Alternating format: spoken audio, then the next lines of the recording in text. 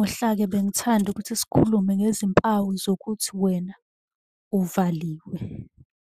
Iy'mpawu nje ukuthi-ke lokhu ngabe kukhonjiswa yini. Bese kuba ukuthi uyacela inamba sokunika lapha ku-inbox esokudlulisela kuyona bekusize kuvuleke amaphupho, izinto zakho y'vuleke. Izimpawu zokuthi uvaliwe, ukungaphuphi nje nhlobo sidalo. Uthole ukuthi wena uyalala, uyavuka, awuphuphi nje, futhi kumele uy'khathaze-ke ngalokho.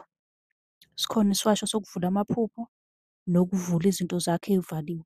So, uma ungaphuphi usuke unenkinga e-serious okumele uyisukumele. Ebese kuba ukuphupha uhambe ebumnyameni. Lapho-ke izinto zakho y'valiwe, uthole ukuthi awuboni kodwa uvule amehlo usebumnyameni, kuzomele usukumele.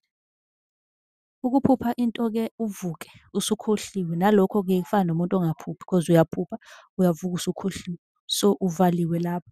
Ngicela ukuthi usibhalele eceleni, ucele inombolo esiyokunikeza ugogo kuyona, azokusiza ukuthi ekunikeze-ke imithi efanele uyisebenzise ukuze konke kuvuleke. Nisale kahle.